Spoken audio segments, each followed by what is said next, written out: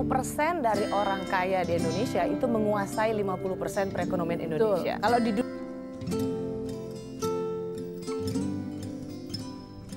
video kali ini saya beri judul perbandingan bisnis gesek tunai atau bis minuman herbal. Maksudnya Anda bandingkan nanti ya, jenis bisnis gesek tunai atau bisnis minuman herbal. Ini bisnis gesek tunai itu seperti mewakili sektor keuangan. Kemudian kalau bisnis minuman herbal ini seperti mewakili sektor real. Pernah saya sampaikan di dalam video tentang penggelembung dan pemimpi kekayaan. Nanti Anda simak, Anda ketik penggelembung dan pemimpi kekayaan. Di situ sektor keuangan, kalau kita ibaratkan ruangan dibagi dua, yaitu ruangan penggelembung dan ruangan pemimpi kekayaan. Faktanya di Indonesia 1% orang menguasai sistem perekonomian. Jadi 1% orang menguasai sistem perekonomian itu hampir bisa dipastikan dia menguasai sektor keuangan.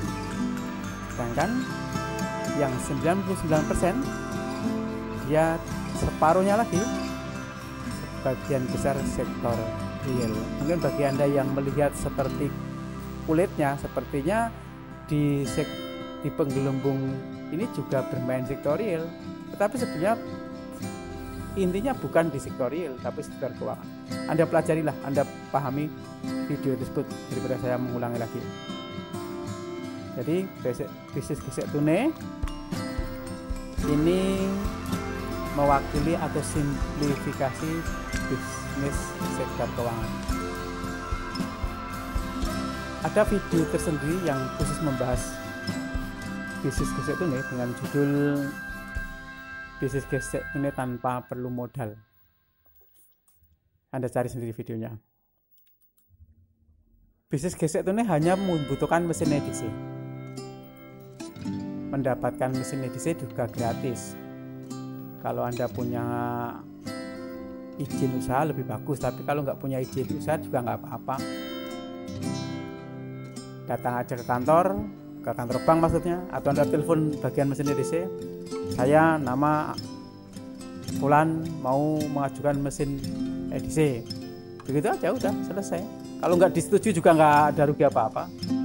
Tapi bagian mesin edisi itu kalau ada orang yang disetujui maka dia kondisional atau evaluasinya sangat bagus, karena memang bank menginginkan agar mesin edisi itu banyak kepakai, karena nanti bank akan mendapatkan untung. Jadi nggak usah pusing-pusing kita malah berat atau repot mau mengajukan mesin edisi. Yang repot itu yang marketing mesin edisi mencari kita. Cuman sebaiknya kita mempunyai legalitas usaha, mempunyai rumah atau ruko di pinggir jalan besar, itu akan lebih meyakinkan. Mempunyai tabungan itu akan lebih cepat walaupun gratis. Tapi kalau tidak juga bisa. Ada salah satu contoh orang yang punya ternak di tengah sawah juga punya mesin edisi, itu tidak masalah. Yang penting Anda mengajukan tidak melanggar hukum apapun. Menjalankan usaha bahkan bisa dengan modal nol. Anda cari nanti video saya yang berjudul bisnis gesek tunai dengan modal nol. Bisa dengan modal nol atau tidak modal sama sekali. Anda cari videonya. Tidak ada risiko rugi. Kalau tidak ada transaksi uang atau modal tetap utuh. Jadi di sini tidak ada rugi apapun. Kalau tidak ada transaksi juga nggak ada rugi. Karena ada orang punya kartu kredit datang gesek. Kalau umpamanya bisa digesek berarti uangnya akan langsung diganti oleh bank. Jadi kita nggak ada risiko rugi apa-apa. Yang rugi apa? Coba bayangkan. Orang punya kartu kredit datang gesek kartu. Kalau keluar stroke atau keluar kertas berarti bank sudah menyetujui dan bank akan ngirim uang ke kita. Tinggal kita mencari menghitung adminnya berapa, terserah kita. Hampir mustahil terjadi ada unsur pidana. Tidak, kita bagaimana mau ada unsur pidana? Yang mau gesek itu senang dapat uang, kita senang dapat administrasi, bank yang penerbit mesin edisi senang juga dapat administrasi. Mana ada yang punya penerbit kartu kredit juga senang. Hampir mustahil terjadi pidana. Pidana itu kalau ada orang yang merasa dirugikan dalam bisnis ini. Nggak ada yang dirugikan, semuanya untung. Cuma nanti Anda simak juga video tentang berkaitan dengan bisnis gestun bisa masuk penjara, Anda cari nanti di situ ya. Ada judul seperti itu ada. Jadi maksud saya itu judulnya, tapi kalau faktanya tidak mungkin bisa dipenjara, tidak akan bisa. Kemudian kalau bisnis minuman herbal, kalau Anda yang di kanan ini bisnis minuman herbal, ini seperti mewakili jenis bisnis real umumnya. Jadi ini hanya untuk membandingkan aja, bukan tidak harus bisnis herbal, bisa aja jual beli, bisa jual beli komputer, bisa jual beli handphone, bisa rental mobil, rental sound system, jual beli alat musik dan lain sebagainya. Ini hanya ciri khasnya. Harus mengurus izin usaha, punya izin usaha. Kalau enggak ya kecil-kecilan, nanti Anda hanya acak-acak bisnis ya. Mengurus izin usaha dari mulai HO, SIUP, TDP dan lain sebagainya. Baru kalau Anda minuman herbal, Anda punya PRT. PRT itu izin kesehatan lewat kecamatan, biasanya lewat puskesmas itu untuk mengetahui jenis airnya yang dipakai untuk usaha Anda. Jadi izin kesehatan PIRT. Kalau Anda tidak nulis izin ini, Anda bisa dikenai pidana. Kalau Anda tidak punya izin, Anda juga bisa dikenai pidana. Mengurus izin BPOM. Kalau Anda minuman herbal, minuman kesehatan harus ada izin BPOM, Badan Pengawas Obat dan Makanan. Atau izin halal MUI. Jadi tidak sembarangan Anda nulis halal kalau belum ada halal MUI. Mengurus izin membutuhkan biaya. Izin TDP, SIUP, HO itu membutuhkan biaya. Di samping membutuhkan biaya pengurusan izin, butuh modal pengadaan barang. Jadi untuk pengadaan barang sendiri juga butuh modal. Rehab ruangan, barang dagangan, desain interior untuk showroom, etalase dan sebagainya. Berbagai macam risiko rugi, mulai dari ditipu supplier, konsumen, dimarahin karyawan, yang markup belanja dan lain-lain. Di sini ada risiko ruginya banyak sekali. Kalau tidak ada transaksi, barang rusak, pengeluarannya tetap. Jadi ada risiko, kalau tidak ada transaksi, barang bisa rusak, pengeluaran kita tetap. Kita lanjutkan. Yang kiri bisnis gesek tunai. Yang terlibat bank penerbit, mesin EDC, pemilik toko, pemilik kartu kredit. Jadi bank penerbit untung, pemilik toko untung, pemilik kartu kredit untung.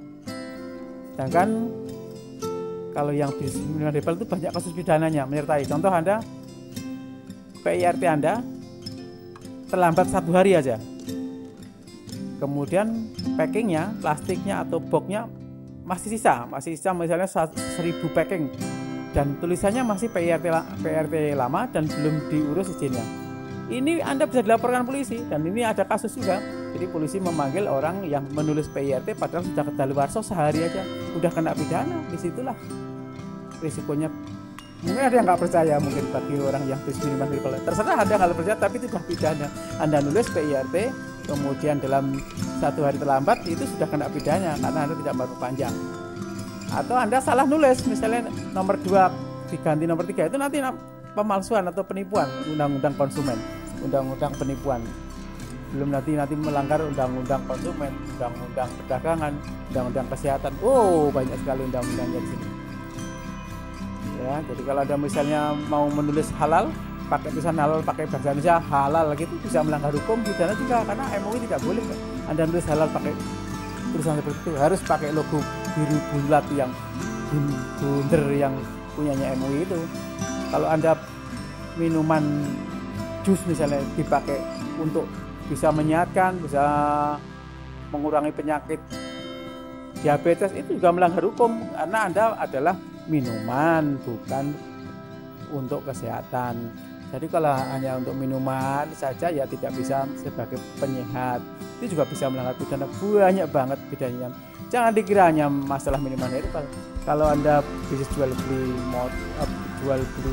komputer bekas, pidananya juga banyak sekali. Misalnya barang yang tidak tahu Anda, padahal itu barang curian, maka Anda bisa kena pidana penada. Kalau yang di sini itu memang banyak betul, di sektor real itu banyak sekali pidana. Karena ruangannya sempit, kemudian banyak aturan. Yang terlibat kalau yang gesek-gesek tunai itu adalah mesin EDC, pemilik mesin EDC dan penerbitnya, dan pemilik kartu kredit. Kalau yang bisnis minuman herbal itu yang terlibat supplier, pemilik toko, dan konsumen. yang sebelah kiri ya. Perhitungan menentukan margin keuntungan sangat simpel, jumlah transaksinya kecil atau besar sama saja. Misalnya Anda pakai modal hari ini 100 juta, ada orang gesek kartu 100 juta, maka tinggal kalikan aja. Kalau Anda ngambil untungnya 1%, maka keuntungan Anda adalah setiap 100 juta Anda untung 1 juta. Kalau 10 juta Anda untung 100 ribu, udah pasti mau 1 miliar ya untungnya 110 juta. Cuman begitu aja, sederhana. 1% dari nilai transaksi. Tidak usah pakai ROI aja. Kalau yang di bisnis minuman herbal, omset semakin besar, menentukannya margin, keuntungan sangat ribet ini. Wah, Anda harus punya staff ahli tertentu.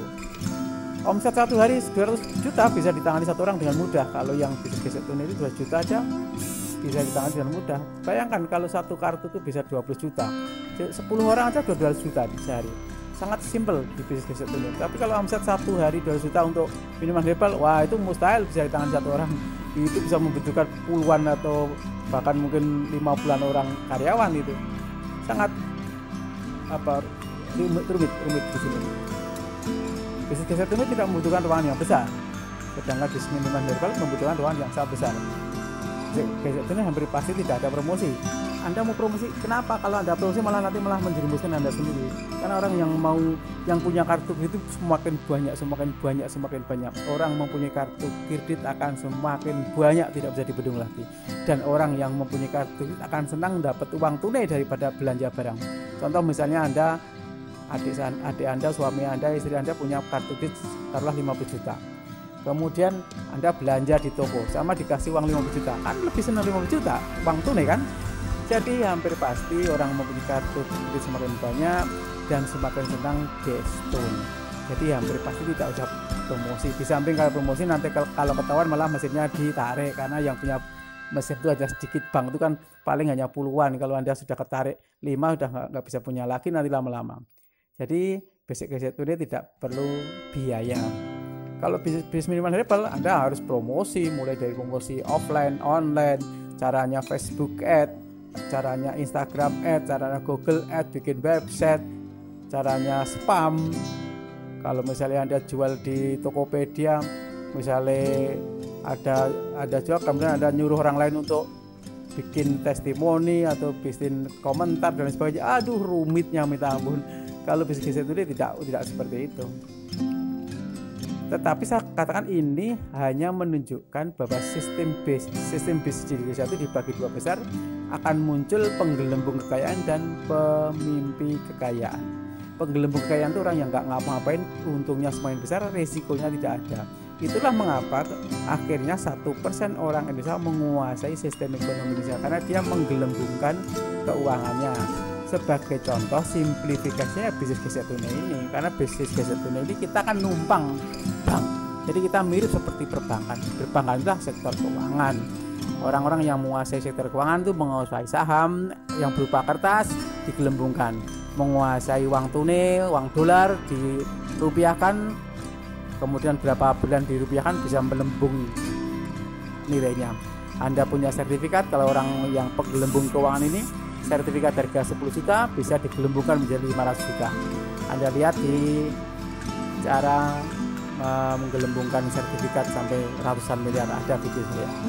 Tapi kalau bisnis yang real, yang seperti minuman herbal, tidak hanya minuman herbal ya, bisnis real apapun itu hanya 50% untuk rebutan 90% orang Indonesia. Jadi sini memang sangat susah untuk tidak kena pidana. Maka di dalam sektor real itu banyak sekali pidana, banyak sekali penipuan, banyak orang yang nggak jujur, bilangnya dia jujur tapi nggak jujur, karena memang di dalam sektor real yang seperti bisnis minuman herbal ini situasinya sudah sangat rumit. Kalau umpamanya ruangan sudah sempit, kalau kita mau kaya kita harus kreatif, kalau kita harus lari kita menyinggol yang lain, maka akan menjatuhkan orang lain, maka akan kena pidana. Itulah gambarannya. Tapi Anda bisa melihat video-video saya yang lain. Terima kasih perhatiannya. Cukup sekian.